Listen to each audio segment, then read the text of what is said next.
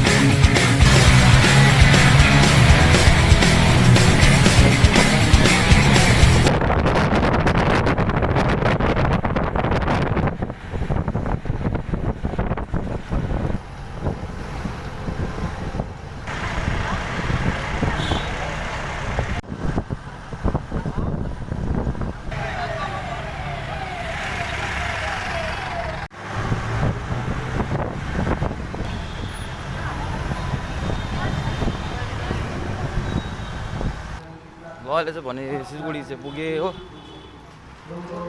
चाहिँ मेरो अलिअलि कामहरू छ हो, कामहरू गर्नुपर्ने छ। यहाँ चाहिँ पूजा हुँदो रहेछ, दुर्गा पूजा।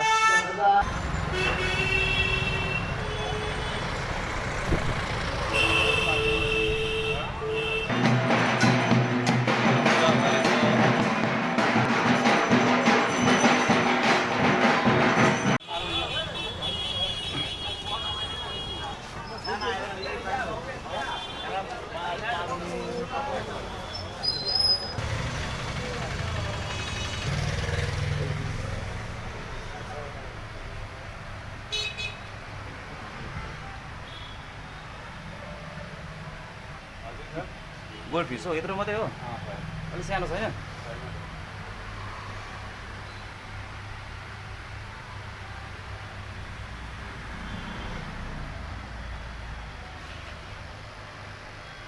सेतो चाहिँ कति हो?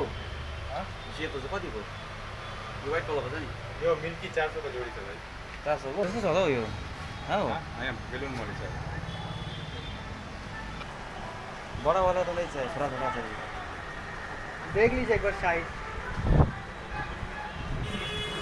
ये कौन सा फिश है? ये जेब्रा फिश है। ये पोंड में हो जाएगा? आराम से। हाँ? आराम से, बिना ऑक्सीजन का भी रहेगा। वो पोंड मतलब समझते हो? कुआ में, कुआ में। हाँ, पता है। ये कितना है, कितना करके? ये 10 रुपये पर पीस है। 10 रुपये का एक? हाँ। इसका फीड कैसा होता है इसका? ये ज़्यादा बड़ा नहीं होता है। नहीं, इसका फीड हो सारा ये सब खाता है। वो है ना, वो ये कितना कर गए? वो सेल हो गया। सब सेल हो गया।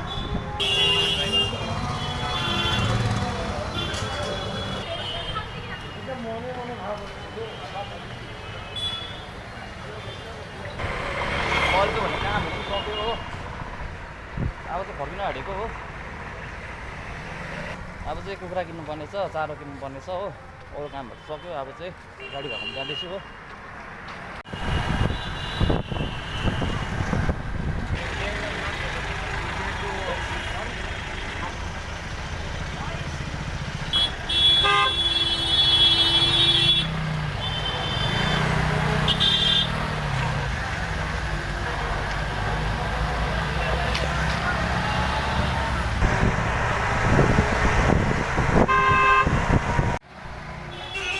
भने यहाँ सालुगाडामा हो चारो किनाइ हुँदैछ हो।